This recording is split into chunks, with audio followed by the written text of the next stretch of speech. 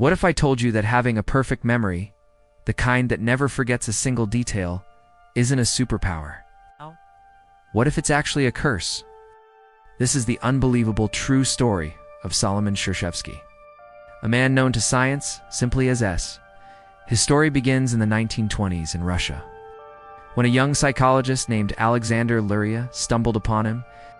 Shereshevsky was just a journalist, but his editor noticed something strange.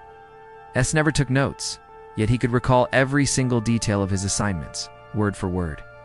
Intrigued, Luria began a series of tests that would span nearly 30 years. He presented S with massive tables of random numbers, long lists of words, and complex formulas. The results were astounding. Shereshevsky could recall them perfectly, not just minutes or hours later, but even 15 years after seeing them for the first time.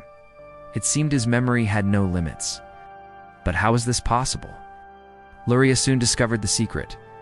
S had an extreme form of synesthesia. For him, every single piece of information was a multisensory experience. A number wasn't just a number. It had a shape, a color, a texture, and even a taste. The sound of a person's voice would create a splash of color in his mind's eye. A word would conjure a specific flavor on his tongue. When he memorized a list, he wasn't just remembering words. He was experiencing a vivid symphony of sensations. He would mentally place these sensory images along a familiar street in his mind. To recall them, he would simply take a mental walk down that street and see what he had left there. This sounds like a dream, right? Built-in cheat code for life, but for Shereshevsky, it was a living nightmare. His mind was a constant, chaotic storm of information. Imagine trying to have a simple conversation, but every word spoken triggers an explosion of colors, tastes, and textures. It was overwhelming and utterly exhausting. He couldn't tune out the noise. Every memory, no matter how trivial, was stored with perfect, agonizing clarity. He remembered the exact outfit of a person he met once, 20 years ago, as vividly as he remembered what he ate for breakfast that morning. This sensory overload made it nearly impossible for him to think in abstract terms. How do you understand a concept like infinity or justice when your brain immediately tries to assign it a concrete color, taste, and shape? He struggled to understand metaphors or poetry because he would take everything literally. A phrase like a heavy heart just confused him. He'd try to imagine the physical weight of a heart. His mind was so cluttered with specific details that he couldn't see the bigger picture. Social interactions were a minefield. He could remember every word ever said in a conversation, every facial expression, every tiny gesture. This made it incredibly difficult to follow the flow of a normal chat. While someone was talking, he would be distracted by the memory of what they said 5 years ago, or the taste their voice was creating in his mind.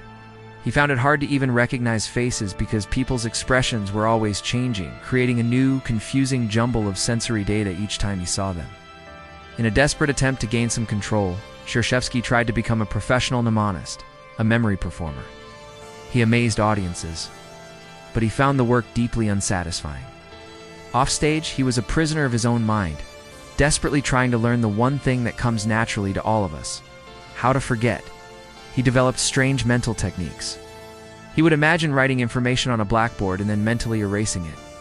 When that failed, he tried visualizing the words on a piece of paper and then burning it, hoping the memory would turn to ash. But it rarely worked. Memories were too strong, too vivid. They always came back. The profound story of Solomon Shereshevsky serves as a powerful lesson. It reveals that the human ability to forget is not a flaw in our design. It's a vital feature. Forgetting allows us to filter out the noise, to prioritize what's important, to think abstractly, and to move on from the past. S didn't have a superbrain. He had a broken filter. His life wasn't one of genius, but one of perpetual sensory torment. He proved that a perfect memory isn't the key to a brilliant mind, but a cage from which there is no escape. Thanks for watching. If you found this story as fascinating as I did, make sure to like this video and subscribe to the channel for more incredible true stories from history and science.